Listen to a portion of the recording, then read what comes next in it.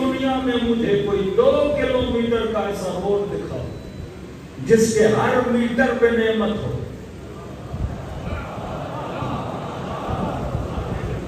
2 kilometre کا road دکھا دو جس کے ہر میٹر پہ نعمت پائی جاتی ہو. بندہ دنیا ڈھونڈ ڈھونڈ کے تھک جائے گی, انہیں دنیا میں 2 کلومیٹر کا بھی روٹ نہیں ملے گا. میں نے کہا آؤ میں تجھے 80 کلومیٹر کا روٹ دکھاتا ہوں.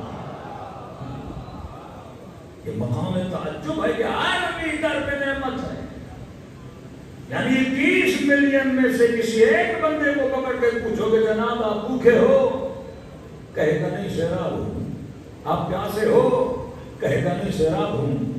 اور میں نے کہا کہ عجیب ایک دعا ہے جو ہر مسلمان مانتا ہے, نماز.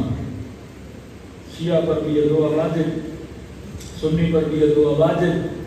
ایک میں نے سخت حدیث پڑھی تو ایک جوان نے مجھ پر اعتراض کیا کہ مولانا یہ سمجھ نہیں آتی اتنی سخت حدیث معصوم نے کیوں کہی کہ من استخف بصلاتے, جو اپنی نماز کو کم سمجھے تو چھٹے امام فرماتے ہیں اسے کبھی بھی, یہ نہیں کہا کہ نماز نہ پڑھے, کہا جو کم سمجھے اسے کبھی بھی ہماری شفاعت نصیب نہیں ہوگی. تو کہا کہ مولانا سمجھ نہیں آتی اتنی سختی کیوں ہے. روزے کے لیے نہیں کہا, حالانکہ وہ بھی واجب. حج کے لیے نہیں کہا, استطاعت والے کے لیے واجب. زکات کے لیے نہیں کہا, خمس کے لیے نہیں کہا, لیکن یہ کہا تو کس کے لیے کہا, نماز کے لیے کہا. تو میں نے کہا اگر کوئی سخت حکم کسی کار عبادت کے لیے آتا ہے تو سوچنا بہت ضروری ہے کہ اس میں ایسا کیا ہے. کہ مولانا 2 سجدے تو ہیں, رکوع تو ہے, ہم تو سورہ ہے. کوئی قرآن جو گھر میں پڑھتے ہیں, کوئی نماز میں ہے سبحان اللہ رب العلیٰ و بحمدہ عظیم و بحمدہ. مولانا اور کیا ہے اس نماز میں کہ جس کے لیے معصوم یہ کہے کہ اگر اس کو کم سمجھو گے تو ہماری کبھی شفاعت تمہیں نصیب نہیں ہوگی. تو میں نے کہا کہ دیکھنا پڑے گا اس میں ایسا کیا ہے. کوئی ایسی چیز تو ہوگی جو انسان کو شفاعت سے محروم کر دے, کوئی ایسی چیز تو ہوگی جس کو اہمیت نہ دینے سے انسان معصوم کی زیارت سے محروم ہو جائے. تو میں نے کہا دیکھنا پڑے گا. اب جب پوری نماز کو دیکھا تو نماز کی ہر چیز میں اللہ نے کہا اگر یہ بھی بھول جاؤ تو سجدے سہو کر دینا. سورہ یہ قل هو اللہ کی جگہ پہ مثلا سورہ ناس پڑھ دینا, ناس کی جگہ پہ انا انزلنا پڑھ دینا.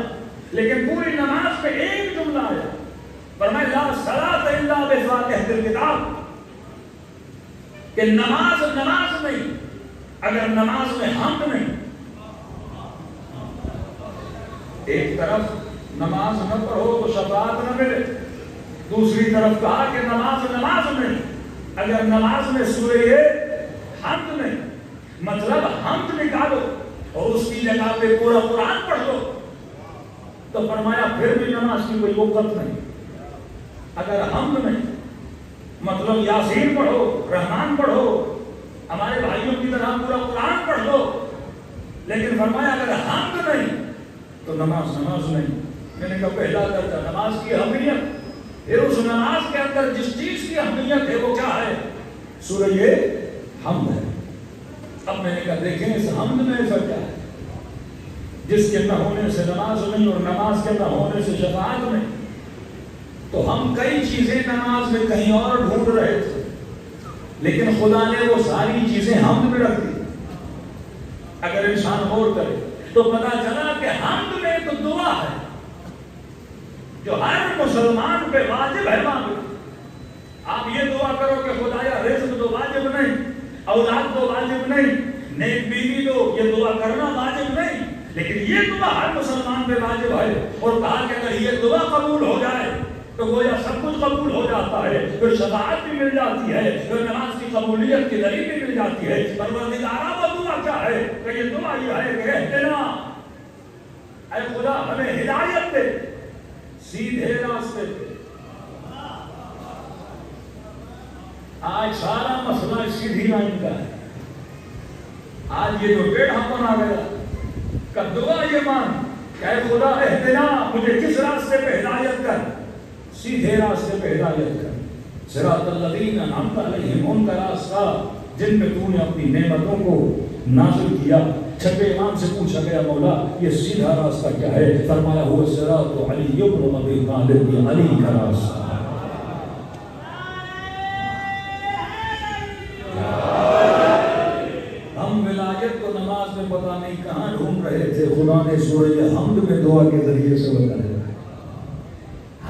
مسلمان تو آئے ولایت کر رہا ہے، خدا مجھے کس کے راستے پہ چلا؟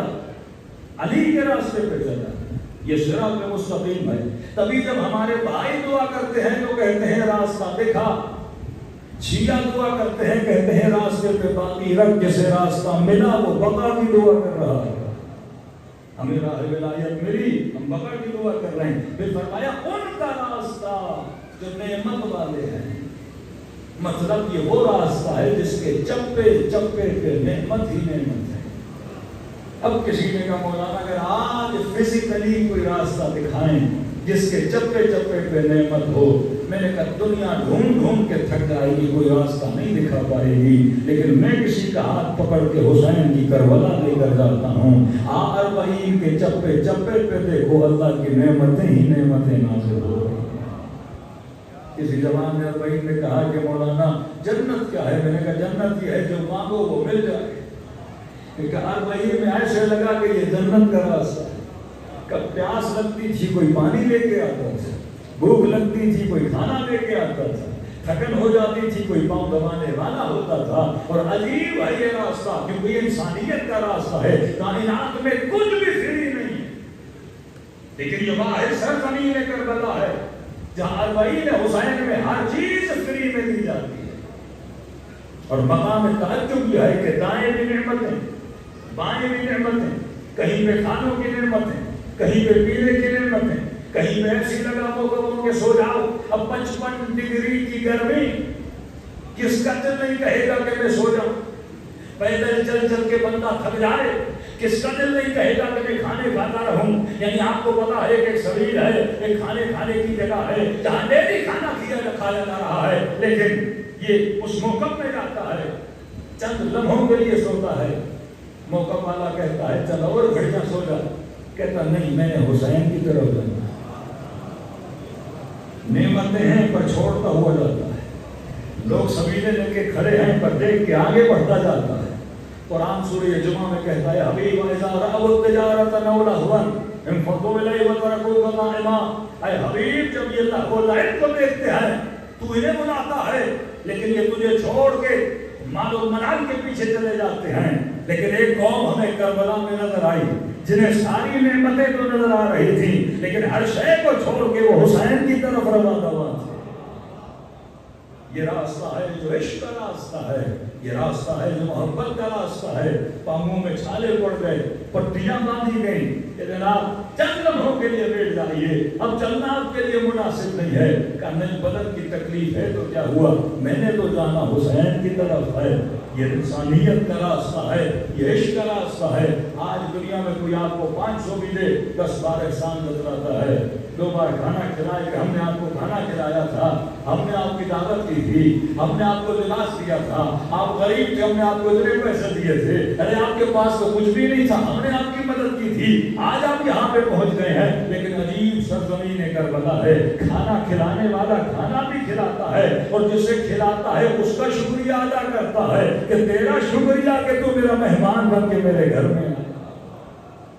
پاؤں بھی دباتا ہے لیکن دبانے والے کا شکریہ ادا کرتا ہے کہ تیرا شکریہ تو نے اپنا پاؤں آگے لایا تاکہ میں تیرا پاؤں دباؤں۔ یہ عجیب راستہ ہے کہ جب چلنے والا بھی کربلا پہنچ جاتا ہے، یہ نہیں کہ حسین پہ احسان جتلائے کہ مولا میں اتنا پیدل چل کے آیا، میں گرمی برداشت کر کے آیا، میرے پاؤں میں چھالے پڑ گئے، نہیں، یہ بھی جب سریہ حسین کو دیکھتا ہے تو کہتا ہے حسین یہ تیرا احسان ہے کہ تو نے مجھے کربلا بلایا۔ یہ ایثار کا راستہ ہے، یہ قربانی کا راستہ ہے، یہ انسانیت کا راستہ ہے۔